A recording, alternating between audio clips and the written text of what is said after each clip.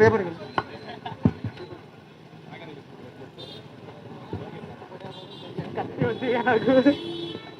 అందరు ఎలా ఉన్నారు?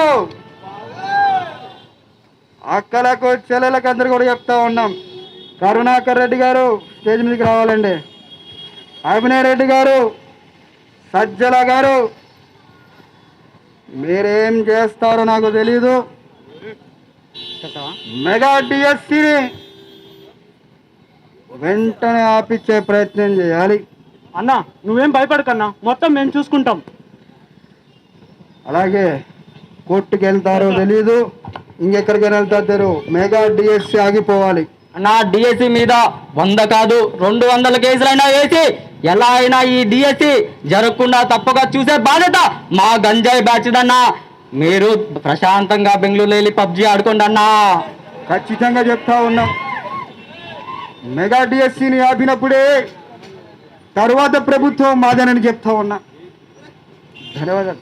జై జగన్, గంజా జగన్. హలో లాయర్ గారు, లాయర్ గారు మీరేం చేస్తారో నాకు తెలియదు. ఈ మెగా డిఎస్సి ఆగిపోవాలి. ఏం కేసు వేస్తారో నాకు తెలియదు. ఇద్దండి, ఎన్ని సూట్ కేసులు కావాలంటే అన్ని తీసుకోండి. కేసు మాత్రం మనమే కదా. సజ్జల గారు, ఇట్స్ ఓకే సజ్జల గారు, డిఎస్సీనే కదా ఆపేద్దాం, ఏముందిలే. ఆపేసామంటే ఇలాంటివి 6 పంపిస్తాం. వెళ్ళి ముందు ఆ పని చూడండి. అలాగే సజ్జల గారు.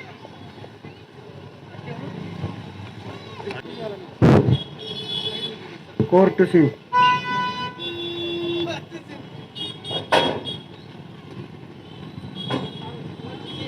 జడ్జి గారు ఫైల్. ఎవరైనా కేసేసింది జడ్జి గారు, డిఎస్సీని ఎలా అయినా ఆపేయాలని. యువతులకు ఉద్యోగాలు ఇచ్చే కార్యక్రమం జరుగుతూ ఉంటే దాన్ని అడ్డుకోవడానికి ట్రై చేస్తారా? Case dismiss. జడ్జి గారు,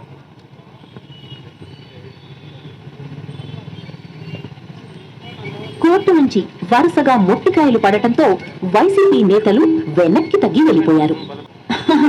ఒక్క సంవత్సరం గడిచింది, జగన్ గారు మాత్రం ఇంకా తన ప్రపంచంలోనే ఉన్నారు.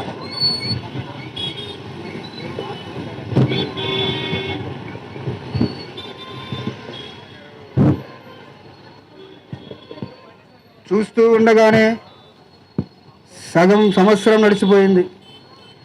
ఇంకా చూస్తూ ఉంటే ఇంకా సంవత్సరం కూడా గడిచిపోతూ ఉంది.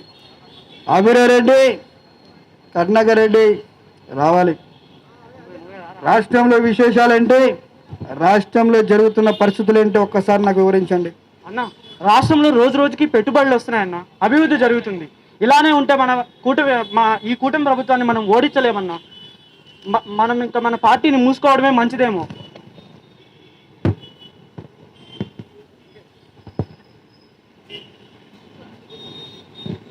కూటమి ప్రభుత్వం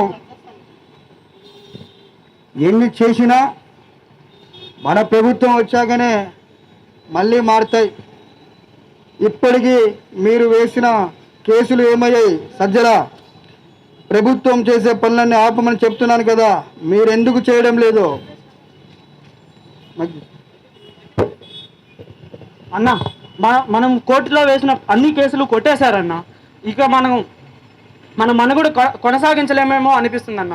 రోజు రోజుకి అభివృద్ధి పనులు జరిగిపోతున్నాయి. విశాఖపట్నాన్ని పునర్నిర్మిస్తున్నారు, అలానే భోగాపురం ఎయిర్పోర్ట్ కడుతున్నారు, ఇంకా అమరావతిలో రాజధాని పనులు జరుగుతున్నాయి. ఇలా రాజధాని పనులు జరుగుతున్నాయి.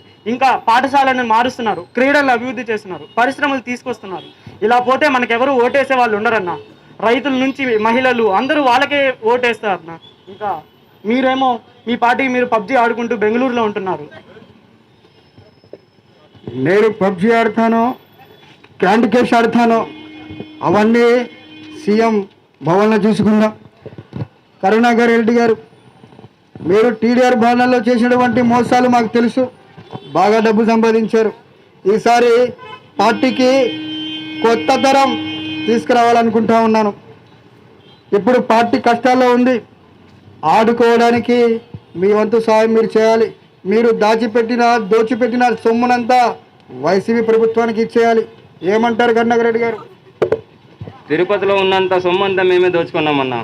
టీడీఆర్లో కానీ అన్నిట్లో కానీ టీటీడీ దాంట్లో కానీ అన్నిట్లో కానీ మన చెయ్యే ఉంది దోచుకో విషయంలో. ఇప్పుడు నాకు కొత్త రక్తం కావాలి. ఏం అభినయ్, ఏమనుకుంటున్నావు? అన్నా తిరుపతి పరిదాపుల్లో కాదు, తిరుపతి పక్కన మాకున్నంత ఏకరాలు కానీ మాకున్నంత డబ్బు కానీ ఇంకెవరికి లేదన్నా. అంతేకాదన్నా, రాష్ట్రంలో ఏదైనా సిండికేట్ ఉందంటే అది మాదే అన్నా. మా గంజాయి సిండికేట్ దాటి రాష్ట్రంలో ఎవడు కానీ గంజాయి అమ్మలేడన్నా. ఆ గంజాయి అమ్మిన సిండికేట్లో వచ్చిన డబ్బు నా కాడ కోట్లలో ఉందన్నా, పార్టీ కోసం పెడతా అన్నా. అంతేకాదు, తిరుపతిలో రోడ్లు వేయించి ప్రతి కమిషన్లో నాదే ఉందన్నా. సెంట్రల్ అయినా స్టేట్ అయినా నా కమిషన్ నాకు వస్తుందన్నా. ఈ డబ్బుతో నేను పార్టీకి పెట్టి పార్టీ ముందుకు తీసుకెళ్తా అన్నా. నువ్వు చెప్పింది కరెక్టే అభినయ్. ప్రతి విషయంలోనూ నువ్వు చేస్తూ ఉన్నావు. ఈరోజు చూస్తే తిరుపతిలో జరుగుతున్నటువంటి మొత్తం అంతా కూడా అభినయ్ రెడ్డిదే. అలాగని చెప్పేసి నువ్వు చెప్పింది కరెక్టే. ప్రజలు నువ్వు అబద్ధం అని చెప్తే అబద్ధం అంటారు, నిజం అంటే నిజం అంటారు. వాళ్ళకి అబద్ధాలు చెప్పాలి, మోసాలు చేయాలి, ఇవన్నీ చేస్తూ ఉండాలి. సో మీరందరూ కూడా మీడియాలో ప్రచారం చేయండి. పేటీఎం బ్యాచ్ని మేలుకొల్పండి, గంజాయి బ్యాచ్ని కూడా మేలుకొల్పి రాష్ట్ర ప్రజలపైన ఉసుగొల్పేటువంటి ప్రయత్నాలు మీరు చేయాలి అభినయ్. అన్నా, మీ బ్లెస్సింగ్తో తిరుపతిలో డిప్యూటీ మేయర్గా ఉన్న నేను, మీ బ్లెస్సింగ్స్ అన్నా డిప్యూటీ చీఫ్ మినిస్టర్ అవుతా అన్నా. మీ ఆశీస్సులు ఎలా ఉండాలని కోరుకుంటున్నా అన్న. తప్పకుండా అభినయ్, నేను డిప్యూటీ సీఎంని చేస్తానయ్యా. లవ్ యూ అన్నా. సజ్జల, చెప్పండి అన్న. ఇంకా రాష్ట్రంలో మన గురించి ఏమనుకుంటా ఉన్నారు? అన్న ఏమనుకుంటారేంటన్నా, అప్పుడు మీరు ప్రవేశపెట్టిన ఈ భూము ప్రెసిడెంట్ మెడలు, స్పెషల్ స్టేటస్తో ఇలాంటి వాటిలతో మనం పబ్బం గడిపాం. ఇప్పుడు మద్యం పాలసీలో మార్పులు తీసుకొచ్చారు. P4 పథకాన్ని తీసుకొచ్చి పేదల్ని అభివృద్ధి చేయాలని చూస్తున్నారు. మహిళలకి డ్వాక్రా రుణాలు ఇస్తున్నారు. ఇలా చేస్తూ ఉంటే మహిళలు అందరూ వాళ్ళకే ఓట్లేస్తున్నారు. ఇంకా మీ ఇష్టం అన్నా. అంత చేశాడా చంద్రబాబు నాయుడు? ఏ అభినయ్, నీ గంజాయి బ్యాచ్ ఏమైంది? గంజాయి బ్యాచ్ చలిదా అన్న? రాష్ట్రంలో కాదు దేశంలోనే నా పేటీఎం బ్యాచ్ గంజాయి బ్యాచ్ మించింది లేకుండా ఉంది అయినా.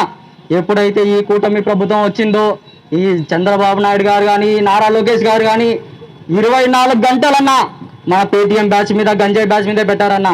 రాష్ట్రంలో ఎక్కడా కానీ గంజాయి తినడం కాదు, గంజాయి బయటికి తీస్తేనే గజగజ అనుకుంటున్నారన్న. మన వాళ్ళంతా ఎక్కడ వెళ్ళిపోయారో తెలియదన్నా. ఒక్కరు లేరు, పక్క రాష్ట్రాల్లో వెతుకుతుంటే దొరకట్లేదన్నా. కానీ నాకు తెలిసి దేశం కూడా వదిలి వెళ్ళిపోయినట్టున్నారు. ఒకప్పుడు పోలీసులు వస్తే ఆ జీప్ సైరన్ అన్నా వచ్చేదన్నా, కానీ ఇప్పుడు ఈ డ్రోన్లు పంపిస్తున్నారన్నా. అది ఎటువైపు నుంచి వస్తుందో తెలీదు, ఎలా వస్తుందో తెలియదు అన్న. వాటికి టైం లేదన్నా. ఈ పోలీస్ డిపార్ట్మెంట్ 24 గంటలు పనిచేసేది, కానీ ఈ డ్రోన్లు 24 కాదు 7/24 అన్నా. 24 hours జోన్లతో నిఘా పెడుతున్నారన్న. గజ వణిగిపోతున్నా అన్న. ఇంకా ఎక్కడ గంజాయి బ్యాచ్ అన్న. అంటే తిరుపతిలో గంజాయి అమ్మాయికి కూడా పర్మిషన్ లేదంటారు?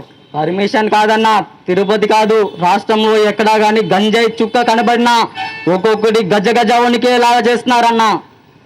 నీ మాటలు వింటా ఉంటే ఖచ్చితంగా చదువుకున్న వాళ్ళు, చదువు లేని వాళ్ళు, మహిళలు, విద్యార్థులు, యువత, నిరుద్యోగులు అందరూ కూడా ఈరోజు కూటమి ప్రభుత్వానికి సపోర్ట్ చేస్తూ ఉన్నారు. ఇప్పుడు చివరికి రైతులు కూడా కూటమి ప్రభుత్వానికి సపోర్ట్ చేస్తూ ఉన్నారు. నిజంగా నెక్స్ట్ పార్టీని తలుచుకుంటే భయమవుతా ఉంది, పార్టీ వస్తుందా అని చెప్పి భయమవుతా ఉంది. సజ్జల ఇప్పుడు చెప్పు, నెక్స్ట్ ఏ కార్యక్రమాలు చేస్తే బాగుంటుంది? అన్న మీరు తొందరపడకండి అన్న, నేను మీకు ఏదో ఒక సలహా ఇస్తాను, మీరు వెళ్ళి ప్రశాంతంగా పడుకోండి. నువ్వు ముసలివాడు అయిపోయావు సజ్జల.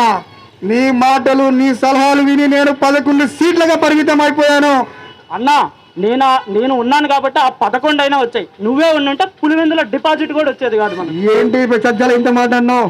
నేను ఈ రాజకీయాలు తప్పుకొని నేను పబ్జీ ఆడుకుంటా. అన్న నేను కూడా ఆన్లైన్ ఉన్నా అన్న. అన్న అన్న అన్న అన్న రిక్వెస్ట్ అన్న, అన్న యాక్సెప్ట్ చేయండి అన్న, పబ్జీ అన్న. బ్యాక్ సైడ్ వెనకమాల అన్న థ్యాంక్ యూ అన్న, థ్యాంక్ యూ. వెనకమాల రైట్.